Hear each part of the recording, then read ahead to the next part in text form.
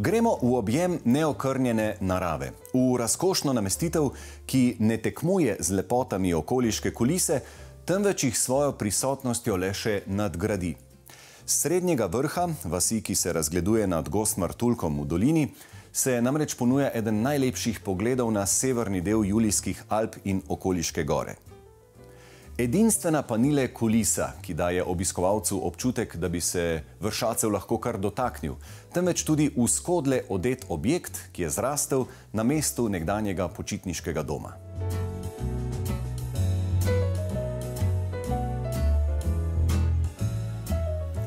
Tole so razgledi, ki človeku zaprejo usta. Podoben pa je tudi tale objekt, ki je po obliki nekakšen arhitekturni odmev okoliških vrhov in za nameček še oblečen v trdoživ naraven leseni ovoj.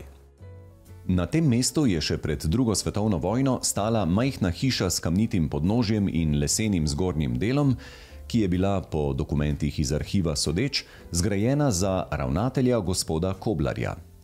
Po vojni so objektu dodali prizidek in v njem uredili počitniški dom, v katerem so vrsto let letovali otroci in šolarji, ko pa je prešel v zasebno last, so se njegova vrata zaprla in začelo se je počasno propadanje. Sredi 90-ih let je zato sledila prenova, kljub tej pa je dom zadnje desetletje sameval. To pa je za tako idilično lokacijo pravcati greh. Na srečo je njegov potencial opazil nov lastnik in na mesto nekdanjega doma uresničil vizijo butičnega turizma. Niki, a se še spomnite prvega vtisa, ko ste prišli na tole, kaj ne rečem, čudovito, fantastično, neverjetno lokacijo? Mislim, lokacija je bila fantastična, ne? Ko smo midva gor prišla, recimo pogled na Julice, potem te zadnje doline, pobočje, je bilo fenomenalno. Tukaj je bil obstoječi objekt, ki se je potem kasneje odstranil.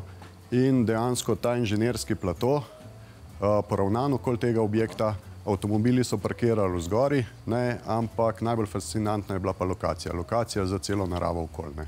In potem ste se malo tudi zakopali v arhive, da bi ugotovili, kakšna je zgodovina tega objekta. Zaradi zgodovine smo šli tudi zaradi spomeniškega varstva in je bilo dejansko tako, da sem hotel vedeti, kaj je sploh prvobitno in kaj je kvalitetno od tega objekta. Ta objekt je bil samo prvobiten 1/3 tega objekta, 2/3 objekta pa se je kasneje dozidal. In to v bistvu skozi to prezidavo in vse to, ta objekt ni bil tako kvaliteten.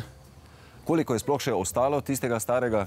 Starega objekta ni ostalo nič. Stari objekt smo porušili, ostal je samo obzidje in dejansko ta plato. Katere so pa bile še želje naročnika?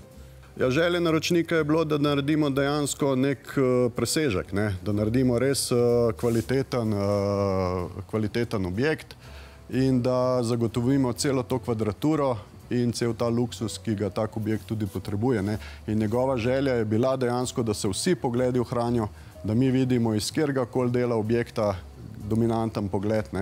Tudi želja je imel na sever, na severu smo sicer manjša okna ohranili, pa tudi zaradi nosilnosti samega objekta in statike in zasnove. Tako da smo nekako naredili steklenjak in potegnili te velike konzole nadstreške na ven, da ni tega vidnega dosti prehoda. To pomeni, da nas interjer povleče oziroma naravo povlečemo v interjer.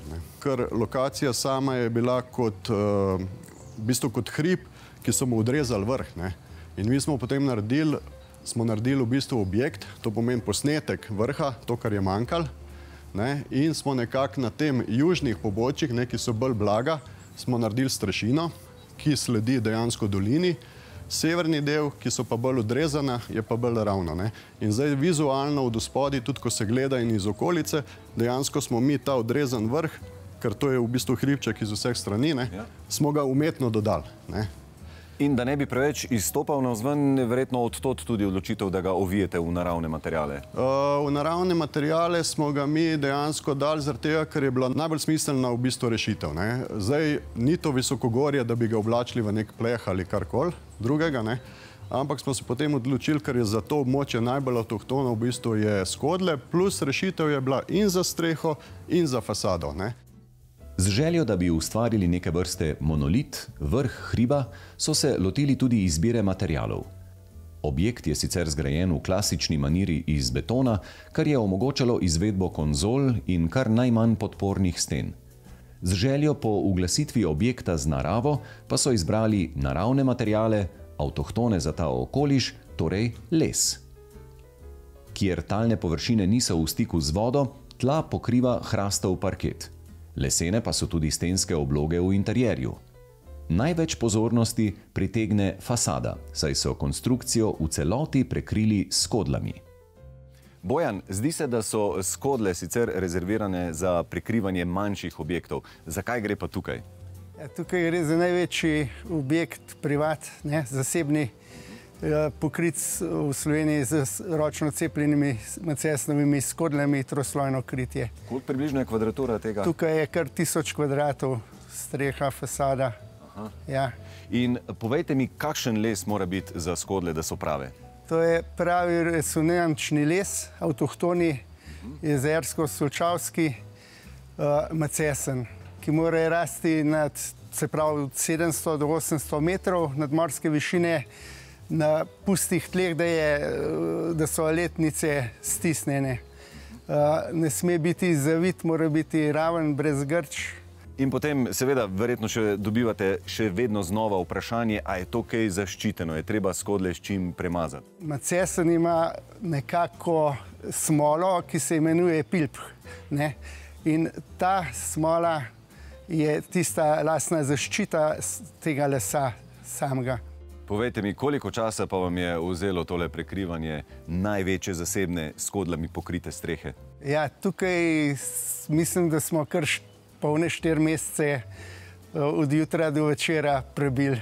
Ja, da smo z ekipo vse rešili, vse detajle in pa še marsikaj se je pokazalo, ki se tukaj ne vidi. Se pravi, skriti detajli, vso energijo smo vložili noter v ta objekt. Ja. Pa zdaj vesele pogledate. Ja, to pa je zanimiv. Sem ponosen na ta objekt, ker je edini daleč naokrog v Sloveniji, sploh edini, pa tudi v tujini ni tazga objekta lepo narejenega iz skodlama, da bi bil tako lepo zasnovan, kot je ta. In res je zasnova lokaciji primerna. Pri prvotnem objektu je cesta vodila vse do inženirskega objekta, pri oblikovanju novega pa so zaradi obilice programa morali cesto poglobiti na etažo nižje, zato sta se v inženirskem platoju oblikovala servisni in parkirni prostor. Na platoju pa so oblikovali objekt kot posnetek vrha, ki se proti nebu začne dvigovati že v pritličju. To pomeni, da strešina prične že od pritličja naprej gor. In kar je logično, ker je to monolit, zdaj, da imamo vse poglede in terase, smo dejansko ta hrib razsekali na etaže. Zelo podoben je tudi v hribovju, dostikrat vidimo te skalnate pasove. Skalnate poličke? Ja. Kaj pa kaj narekovalo oblikovanje notranjih prostorov? Jaz sem naredil dispozicijo opreme. Naročnik je hotel imeti dosti galerijski stil, zaradi tega, da je za svojo opremo, ima tudi veliko umetnin in tega dejansko je rabil v bistvu prostor za svoje eksponate. In drugo je narekovalo edino, kar je spet ta narava okoli nas. To pomeni, glavni so pogledi, glavno je zavetišče, da vi tudi, ko stopite ven, ste nekako pod nadstreškom, zaradi tega, ker imamo hude zime, imamo tudi močno sonce, mi ne rabimo tukaj zdaj nekih brisolejev ali karkoli, so objekti dejansko osenčeni, zaradi tega, ker tudi sonce po zimi ima večji odklon in greje nekako prostore, zdaj poleti se pa dejansko viša in so dejansko senčni deli so večji. In potem je tukaj še tale drzna... Ja, seveda, spa smo dejansko povezali z bazenom. Bazen je zimski, to pomeni, da se ogreva tudi po zimi. Mislim, da gre celo na 38 stopinj. In seveda prelivni. Lahko se povaljate po snegu, skočite v topu bazen. In ravno iz bazena gledaš smučarje tamle na smučišču. Ja, to je pa ta dolina. Mi dejansko gre proti Kranjski gori in zdaj ta naš objekt dejansko tudi naklon te strešine mi je bil, da nekako naklon te doline tudi naprej nadaljuje. To pomeni, ta naša strešina nekako ujame to dolino.